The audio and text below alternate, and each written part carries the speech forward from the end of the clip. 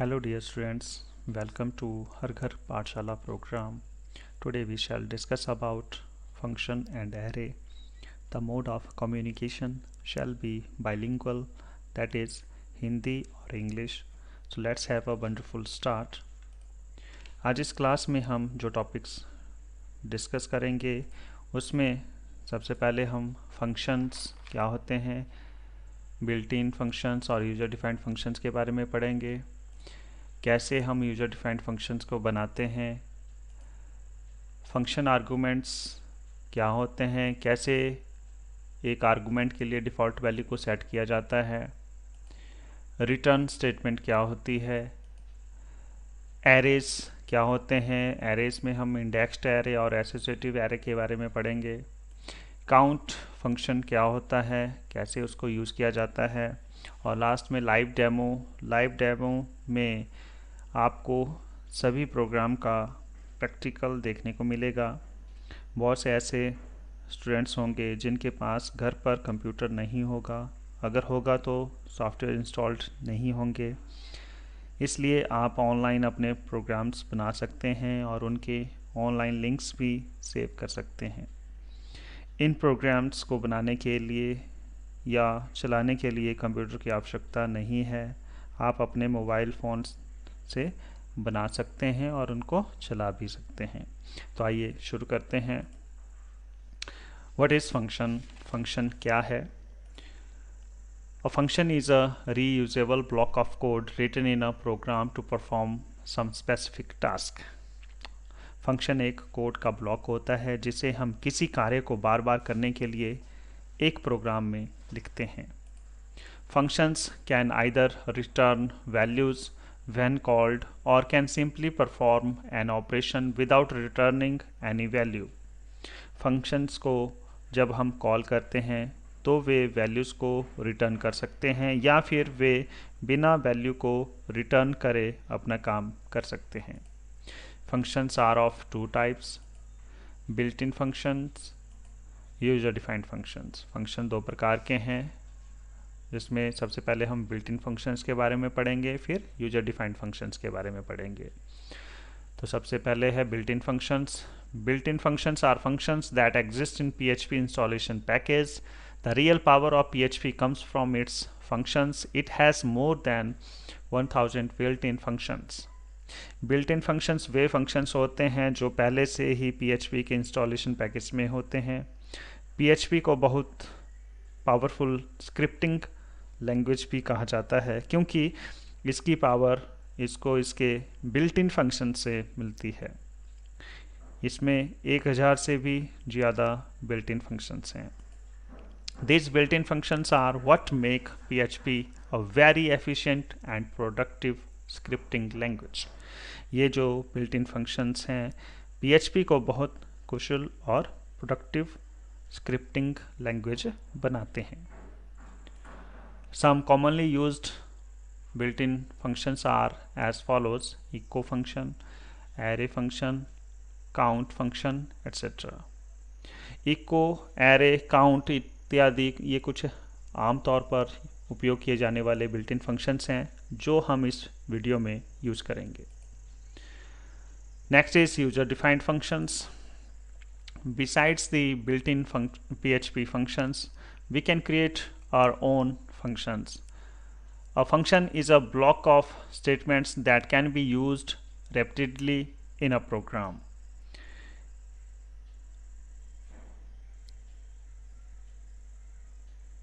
Built-in functions के अतिरिक्त हम हमारे अपने functions बना सकते हैं। एक function में एक स्टेटमेंट का ब्लॉक होता है जिसको एक प्रोग्राम में बार बार यूज़ किया जा सकता है। ब्लॉक ऑफ स्टेटमेंट का मतलब है कि बहुत सारी स्टेटमेंट्स एक साथ लिखी होती हैं, हर स्टेटमेंट का अपना काम होता है। A function will not execute immediately when a page loads. A function will be executed by a call to the function. जब पेज लोड होता है तो फंक्शन उसी समय तुरंत नहीं चलेगा, फंक्शन तभी चलेगा जब हम उसको कॉल करेंगे। Next is create a user defined function. A user-defined function declaration starts with the word function, then followed by name of the function that you want to create with round brackets. The open curly brace indicates the start of function and the close curly brace indicates the end of the function. User defined function को बनाने के लिए सबसे पहले function word को लिखना पड़ता है, उसके बाद फंक्शन का नाम लिखना होता है जिसे हम बनाना चाहते हैं और इसके साथ राउंड ब्रैकेट्स लगानी पड़ती हैं। ओपन करली ब्रैकेट्स से हमें फंक्शन की शुरुआत का संकेत मिलता है और क्लोज करली ब्रैकेट से हमें फंक्शंस के अंत का संकेत मिलता है। A function name can start with a letter or underscore, not with a number. Function का नाम एक अक्षर या अंडरस्कोर करैक्टर के साथ शुरू हो सकता है पर एक नंबर के साथ नहीं। इसका सिंटैक्स है, सबसे पहले हम फंक्शन वर्ड लिखेंगे, फिर फंक्शन का नाम, फिर राउंड ब्रैकेट्स और ओपन करली ब्रैकेट्स। उसके बाद कोड टू बी एग्जीक्यूटेड, जो भी इस फंक्शन के अंदर हम कोड लिखना चाहते हैं, जो भी स्टेटमेंट्स लिखना चाहते हैं वो इसके अंदर लिख सकते हैं और उसके बाद क्लोज करली ब्रैकेट हम यूज़ करेंगे। इससे पता चलता है कि हमारा फंक्शन जो है यहाँ पे ख़त्म हो रहा है। जब हम फंक्शन को बना लेते हैं तो उसको अगर हमने कहीं पे यूज़ करना है तो उसको हम कॉल करते हैं। To call the function just write its name followed by round brackets as follows. तो उसको कॉल करने के लिए हम उसका नाम लिखते हैं और उसके साथ राउंड ब्रैकेट्स लगाते हैं और सेमीकोलन का यूज़ करते हैं। उससे क्या होता है, वो कॉल फंक्शन को चली जाती है। नेक्स्ट है example, create a function that will print the string hello world. Hello world print करने के लिए हम एक फंक्शन बनाएंगे। तो सबसे पहले PHP का स्टार्ट टैग, उसके बाद फंक्शन लिखा हमने, फिर फंक्शन का जो भी नाम हम सेट करना चाहते हैं हमने लिखा right message MSG short form में, फिर राउंड ब्रैकेट्स और कर्ली ब्रैकेट स्टार्ट। फिर हमने इको फंक्शंस को यूज़ किया। इको फंक्शन का यूज़ करते हैं हम आउटपुट को स्क्रीन पे दिखाने के लिए। तो इको हेलो वर्ल्ड और सेमीकोलन, और इसके जो करली ब्रैकेट है, क्लोज करली ब्रैकेट, उससे जो है हमने इसको क्लोज कर दिया। तो ये हमारा फंक्शन है। जब हम इसको कॉल करेंगे तो हम सिंपल उस फंक्शन का नाम लिखेंगे, राउंड ब्रैकेट लगाएंगे और सेमीकोलन। तो जैसे मैं यहाँ पे 2 बार इस फंक्शन को कॉल किया है तो 2 बार हमारी हेलो वर्ल्ड स्ट्रिंग प्रिंट होगी। तो जो आउटपुट है वो कुछ इस तरह से आपको दिखाई देगी, हेलो वर्ल्ड हेलो वर्ल्ड। बीच में स्पेस नहीं है क्योंकि यहाँ पे हमने कोई स्पेस नहीं छोड़ा है। अगर आप यहाँ पे स्पेस छोड़ेंगे तो आपके यहाँ पे भी आपको स्पेस नज़र आएगा। Next is function arguments. Information can be passed to functions through arguments. An argument is just like a variable. Arguments are specified after function name inside the round brackets. Information को हम arguments के माध्यम से function में भेज सकते हैं। एक आर्गुमेंट एक वेरिएबल की तरह होता है। आर्गुमेंट्स को राउंड ब्रैकेट्स में फंक्शन के नाम के बाद लिखा जाता है। आप जितने चाहे उतने आर्गुमेंट्स जोड़ सकते हैं, उनको कॉमा से अलग किया जाता है। इसका सिंटैक्स है, पहले हम फंक्शन वर्ड लिखेंगे, उसके बाद उस फंक्शन का नाम, और उसके बाद आप देख सकते हैं आर्गुमेंट यहाँ पे जितने चाहें आप यूज़ कर सकते हैं, बस उनको कॉमा के साथ हम अलग करते हैं। उसके बाद जो भी कोड आप एग्जीक्यूट करना चाहते हैं उसको उसके अंदर लिखेंगे और उसके जो क्लोज करली ब्रैकेट से उसको हम क्लोज कर देंगे। Next is example, create a function that will print family member name passed as an argument. हम एक फंक्शन बनाएंगे जिसमें हम फैमिली मेंबर का नाम प्रिंट करेंगे और उसको हम एज अ आर्गुमेंट फंक्शन के अंदर पास करेंगे। तो सबसे पहले इसका कोड लिखेंगे, फंक्शन, फिर फैमिली मेंबर, ये फंक्शन का नाम हो गया, और यहाँ पे आप देखेंगे कि हमने एक जो है आर्गुमेंट पास किया है जिसका नाम है family member name, FM name, और इसके अंदर हमने क्या किया, इको और उसको प्रिंट कर दिया। जब हम इसको कॉल करेंगे तो आप देखेंगे कि हमने इसको कॉल किया तो इसमें जो आर्गुमेंट है उसमें हमने वैल्यू पास कर दी। तो सबसे पहले हमने शानवी नाम पास किया, उसके बाद अनिष्क, उसके बाद सोनू, उसके बाद टोनू, और हमारा जो PHP का क्लोज टैग है उसको यूज़ किया। तो जो आउटपुट है वो आपको किस तरह से दिखेगी, तो वो आपको सबसे पहले शानवी, अनिष्क, सोनू और टोनू के नाम इस तरह से प्रिंट होंगे।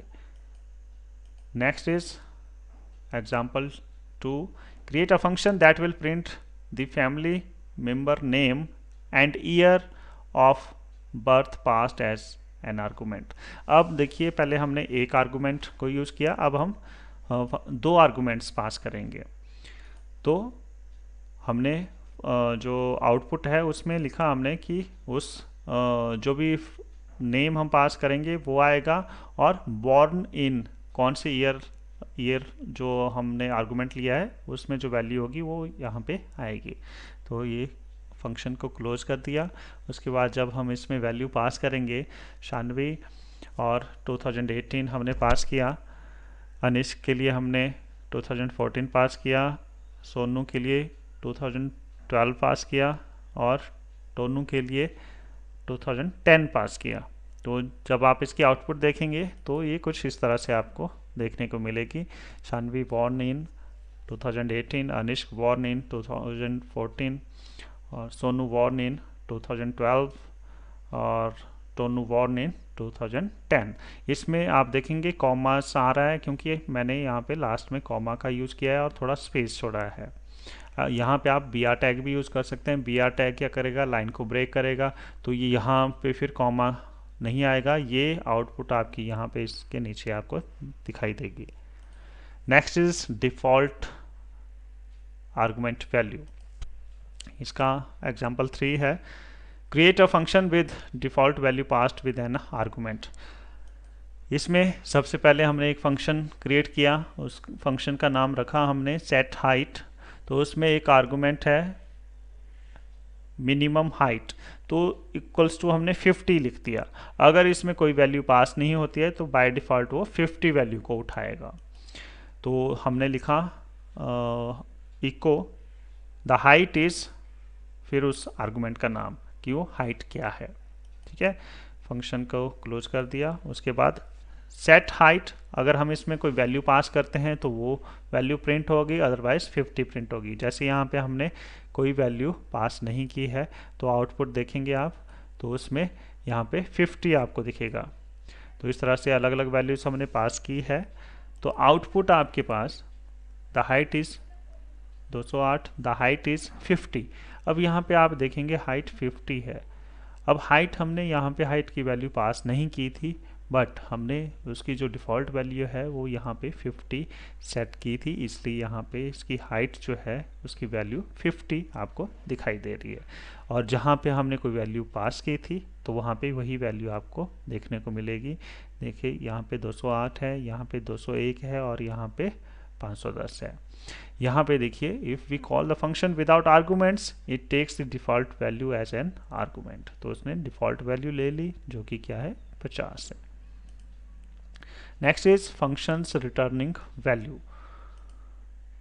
To let the function return a value, use the return statement. अगर फंक्शन आप चाहते हैं कि फंक्शन हमें कोई वैल्यू को रिटर्न करे तो हम रिटर्न स्टेटमेंट का यूज़ करेंगे।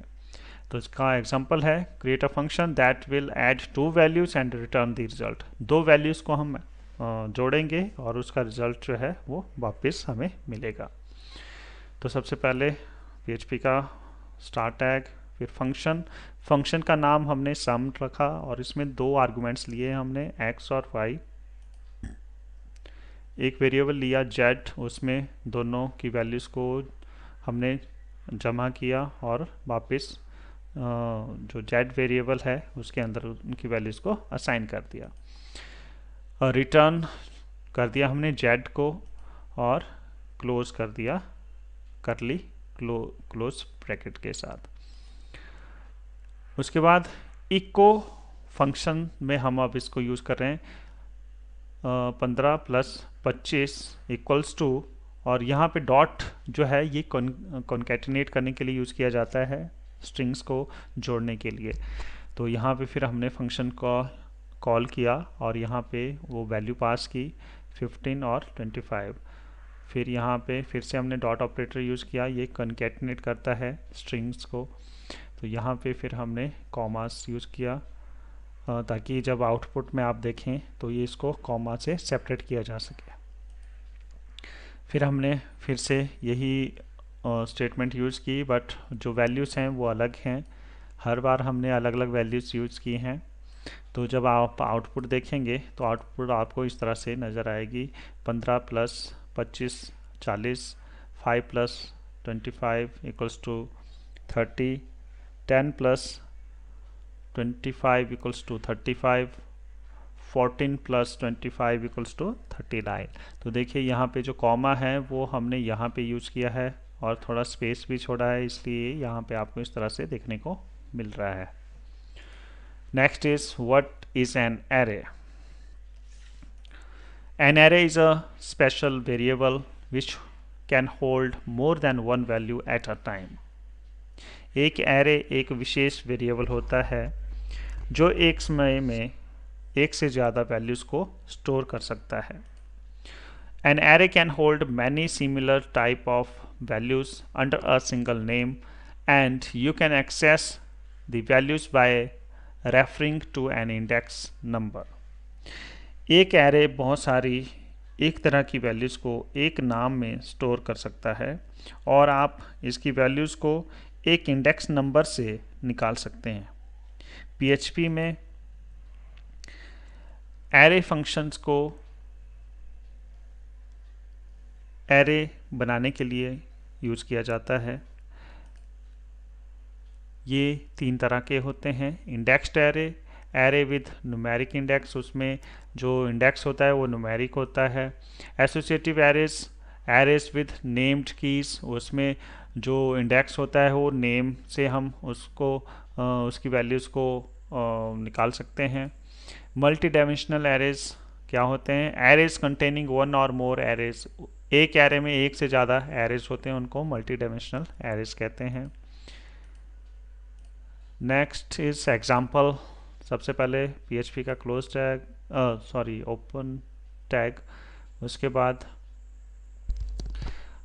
एक वेरिएबल हमने ले लिया कार्स और उसके अंदर हमने वैल्यूज असाइन करनी है। तो एरे जो है फंक्शन उसका यूज़ करते हैं हम एरे बनाने के लिए। तो हमने एरे फंक्शन यूज़ किया और उसके अंदर अलग अलग वैल्यूज़ जो हैं वो डाल दी, जैसे मारुति, BMW, टोयोटा। जब हम इसको प्रिंट करेंगे तो इसमें इको फंक्शन का हम यूज करेंगे स्क्रीन पे आउटपुट दिखाने के लिए। तो हमने लिखा आई लाइक, अब डॉट ऑपरेटर का यूज़ करते हैं हम कॉन्कैटिनेट करने के लिए, और उस एरे का नाम हमने लिखा $cars, और जीरो जो है वो इंडेक्स नंबर है, जिससे हम जो भी वैल्यू जो है 0 इंडेक्स पे होगी वो प्रिंट होगी। तो यहाँ पे जैसे बाय डिफ़ॉल्ट जो है वो जो इंडेक्सेस असाइन होते हैं वो 0, 1, 2 इस तरह से असाइन होते हैं, 0 से स्टार्ट होते हैं। तो सबसे पहले यहाँ पे 0 वैल्यू ली, फिर हमने 1, फिर 2। तो जब आउटपुट आप देखेंगे तो आउटपुट आपको इस तरह से देखने को मिलेगी, आई like Maruti, BMW and Toyota. Next is indexed arrays. There are two ways to create indexed arrays. The index can be assigned automatically like this. इससे क्या होगा, अगर आपने ऑटोमेटिकली असाइन करने हैं तो आप इस तरह से एरेज को डिफाइन कर सकते हैं। अगर आप मैन्युअली अपने आप जो है इंडेक्स्ड जो नंबर्स हैं उनको असाइन करना चाहते हैं इंडेक्सेस, तो आप कुछ इस तरह से आप करेंगे। जैसे ये एरे का नाम आ गया, फिर 0 इंडेक्स पे हमने मारुति डाल दिया, 1 पे BMW, 2 पे टोयोटा। इस तरह से आप अलग अलग इंडेक्सेस पे वैल्यूज़ को असाइन कर सकते हैं। इसका एग्जांपल है, सबसे पहले जो एक वेरिएबल ले लिया हमने कार्स, ये वेरिएबल जो है एरे तब बनेगा जब हम एरे फंक्शन से इसके अंदर वैल्यूज़ को असाइन करेंगे, और जब हम इनको प्रिंट करना चाहते हैं तो इस इको फंक्शन से हम इनको प्रिंट कर सकते हैं वैल्यूज़ को। तो उसके लिए हमें उस एरे का नाम और उसके साथ स्क्वायर ब्रैकेट में उस इंडेक्स नंबर को लिखना पड़ेगा जिसकी वैल्यू आप निकालना चाहते हैं। तो आउटपुट आपकी इस तरह से आएगी, I like Maruti, BMW and Toyota. Next is count function. The count function is used to return the length of an array, that is total number of elements in an array.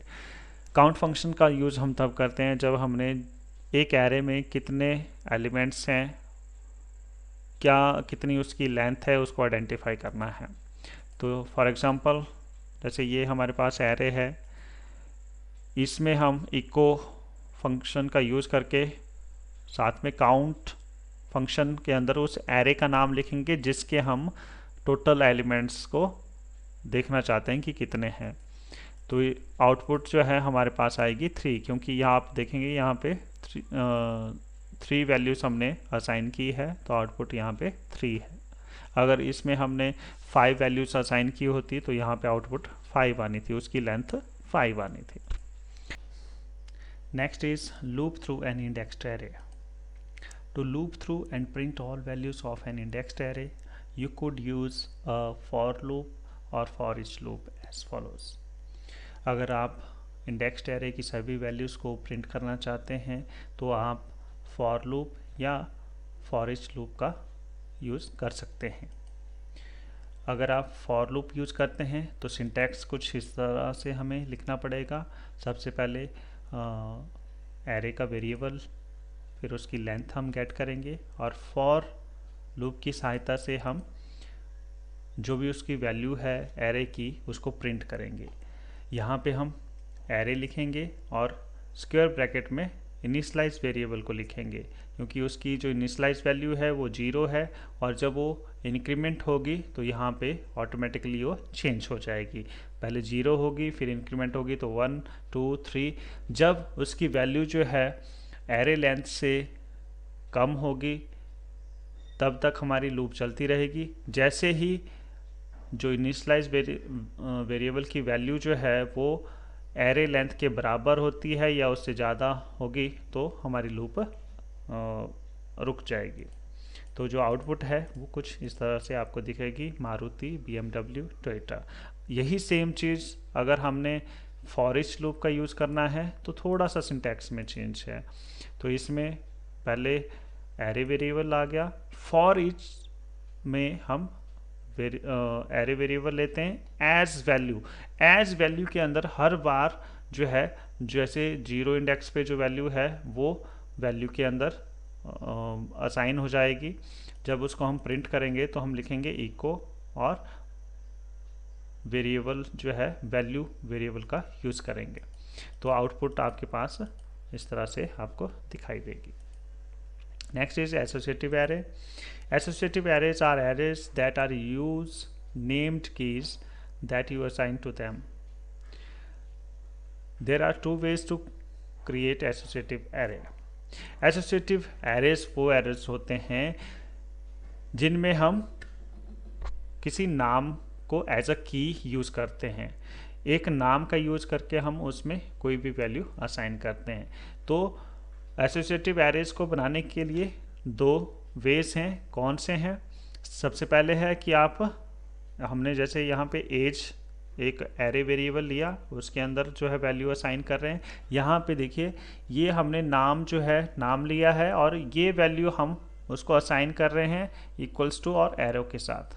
ठीक है, तो अनिश के लिए हमने 26 वैल्यू असाइन की, सानवी के लिए 24, गीता के लिए 28। अगर आप ऐसे नहीं करना चाहते तो दूसरा मैन्युअली आप कैसे कर सकते हैं, अलग अलग वैल्यूज़ को असाइन कर सकते हैं। जैसे हमने यहाँ पे वेरिएबल का नाम लिया एज और स्क्वायर ब्रैकेट में Anish equals to 26, Shanvi equals to 24, Geeta equals to 28। तो इस तरह से भी हम वैल्यूज़ को असाइन कर सकते हैं।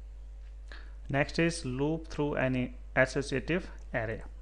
To loop through and print all values of an associative array, you could use a for each loop.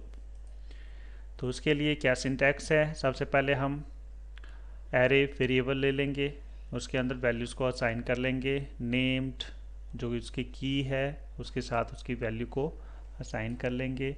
फिर फॉर ईच का यूज़ करेंगे, तो सबसे पहले हम इसमें एरे वेरिएबल का नाम लिखेंगे एज, फिर उसका की और वैल्यू दोनों को यहाँ पे इस तरह से डिफाइन करेंगे। सबसे पहले हमने की के लिए $x यूज़ किया और सेम ऑपरेटर हम यहाँ पे यूज़ करेंगे, और वैल्यू के लिए $x अंडरस्कोर वैल्यू वेरिएबल को यूज़ किया।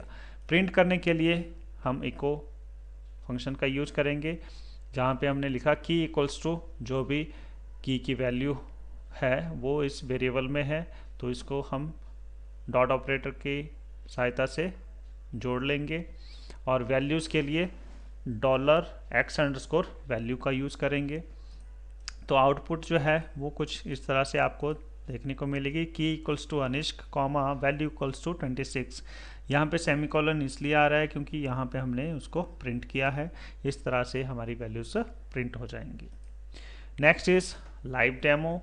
जैसे कि मैंने आपको पहले भी बताया था, जितने भी हमने इसमें एग्जांपल किए हैं उसका आपको लाइव डेमो में दिखाऊंगा। उसके लिए जो है यहाँ पे 2 वेबसाइट्स जो हैं रेफरेंस के लिए आप यूज़ कर सकते हैं। जो सेकंड वाला जो है rextester.com, ये काफ़ी हेल्पफुल है। इसमें आप ऑनलाइन अपने लिंक्स को सेव कर सकते हैं, जैसे मैंने अपनी जो प्रीवियस क्लास है उसमें भी बताया था। और साथ में आप W3 स्कूल्स जो हैं इसको यूज़ कर सकते हैं। अगर आपका सिंटैक्स एक वेबसाइट पे नहीं चलता है तो दूसरी पे आप उसको चला के देख सकते हैं। तो सबसे पहले मैं यहाँ पे इस लिंक को ओपन कर लेता हूँ। सॉरी,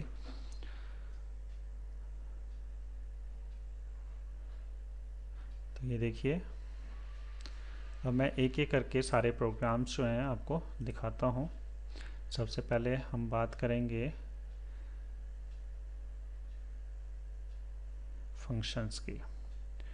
तो सबसे पहले फंक्शंस की बात करेंगे, तो ये देखिए इस कोड को मैं यहाँ पे रन करता हूँ।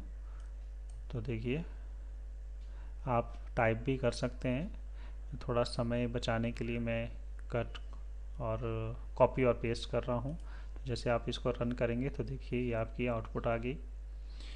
उसके साथ जो है नेक्स्ट जो हमने फंक्शन किया था वो किया था कि वैल्यू को हम पास करेंगे एज एन आर्गुमेंट। तो देखिए यहाँ पे ये देखिए, तो यहाँ पे देखिए आउटपुट आपके सामने है। इसके बाद नेक्स्ट जो एग्जांपल है वो है कि हमने 2 वैल्यूज़ पास की एज एन आर्गुमेंट। तो उसको देखिए यहाँ पे पेस्ट कर दीजिए और रन। ये देखिए इस तरह से जो है आपकी आउटपुट आ रही है। उसके बाद नेक्स्ट जो एग्जांपल है वो है कि हम डिफ़ॉल्ट वैल्यू सेट करते हैं आर्गुमेंट के लिए। तो उसके लिए देखिए रन करेंगे तो देखिए यहाँ पे आउटपुट आपको दिखाई दे रही है। उसके बाद नेक्स्ट है रिटर्न स्टेटमेंट का यूज़, कैसे इसको यूज़ करते हैं। तो यहाँ पे देखिए रन करा तो ये देखिए आउटपुट आपको दिखाई दे रही है। यहाँ पे अगर आप br टैग यूज़ करेंगे तो लाइन ब्रेक जो है आपको देखने को मिलेगा। कुछ br टैग जो है यहाँ पे नहीं चल रहा है, इसलिए मैंने कॉमास जो है यूज़ किए हैं। तो आप दूसरे जो W3 स्कूल्स वेबसाइट है वहाँ पे सेम सिंटैक्स का यूज़ करके यहाँ पे आप br टैग यूज़ करेंगे तो नई लाइन में आपको वो ले जाएगा। देखिए एरे, तो देखिए यहाँ पे आउटपुट आ रही है आई लाइक मारुति BMW टोयोटा। तो ये एरे है। उसके बाद इंडेक्स्ड एरे क्या होता है, ये सेम जो एग्जांपल हमने किया वो इंडेक्स्ड एरे का ही है। काउंट फंक्शन का यूज़ करेंगे हम। तो इसको कॉपी किया, यहाँ पे इसको पेस्ट किया तो देखिए आउटपुट हमारे पास 3 आएगी। अगर यहाँ पे जो है वैल्यू जो है वो हम और पेस्ट कर लेते हैं तो यहाँ पे फिर देखिए यहाँ पे 5 आ गई, क्योंकि हमने वैल्यूज़ 2 और ऐड कर ली। ओके, नेक्स्ट है loop through an indexed array. तो इसके लिए देखिए यहाँ पे हम इसको यूज करेंगे, कैसे जो है फॉर लूप की हेल्प से हम वैल्यूज़ को प्रिंट करेंगे।